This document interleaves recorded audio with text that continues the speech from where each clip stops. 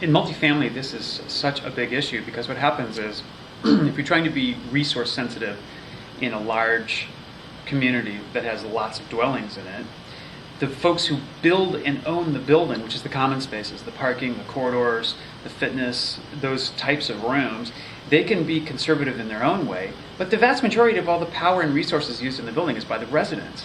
And even if you provide features for the residents to use, say automatic light controls and that sort of thing, if you don't at the same time tell them how to use them, they're not going to take advantage of the building's features for, again, resource sensitivity or managing the kind of stuff that you use.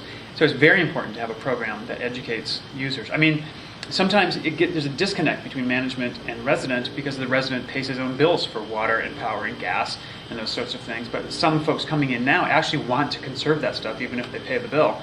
And so we just have to be able to give them the tools to know how to do that. The urban density versus suburban density, or small town centers, neo-town centers, partial town centers in suburban, where you're able to get, almost a transit-oriented feeling, where people who live in essentially a suburban neighborhood still want that town center feeling. There's a little square or a plaza where they can have a farmer's market or outdoor performances or something like that. And it can typically bear being surrounded by 4- and 5-story buildings. And then very quickly you move out from that back into the sort of 1-, 2-story residential fabric that surrounds so much of everything once you move out of the dense city core. We talked yesterday, it's like Queens or Bronx has a lot of that, little fabric that goes on forever and ever and ever. And the Los Angeles basin has miles and miles and miles and miles of it. And so what is happening is, even as we try to densify the train corridors along our new and upcoming subway lines, we can go to high-rise and very extraordinarily dense neighborhoods. The vast majority of all of the Los Angeles basin is that small-scale 1-, 2-story stuff.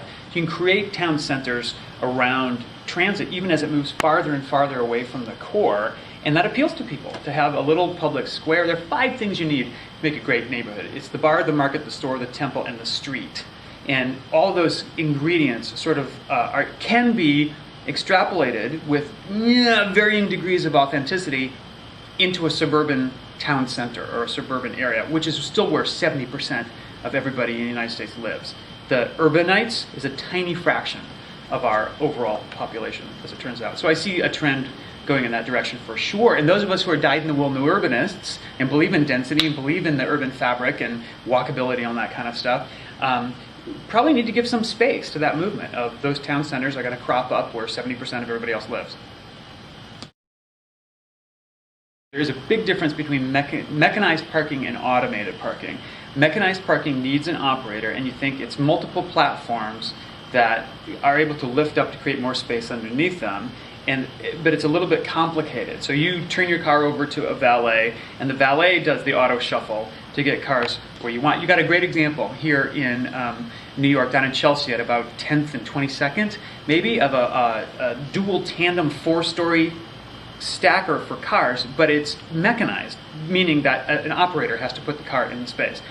Automated parking is where you just drive it onto one platform in what feels like a garage, and then a machine takes that car and sorts it within usually a huge garage and puts it in an available space. There's one of those at a transit stop in New Jersey, so you could go see both of these things in one day's journey to see kind of how they operate and what the difference is. Mechanized can work in a very tiny, tiny place. Santa Monica, there's a supportive housing project that has 3 stacking spaces for employees in it. So you can use it in an extremely small context.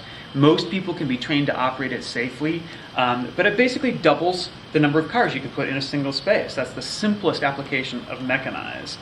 And automated has planned from the building's inception because of the length of the runways and stuff that the cars have to use. But what it's able to do is park 3 or 4 or sometimes 5 times as many cars in the same physical space as the conventional drive-in parking right now. And yes, multifamily guys, only the super urban people. I mentioned Step Up on 4th in Santa Monica, which is in a relatively dense part of town, not extraordinarily dense, and they just put car stackers in there because they had a tiny footprint and they had to park these cars in it. And so you're starting to see it used in little applications like that.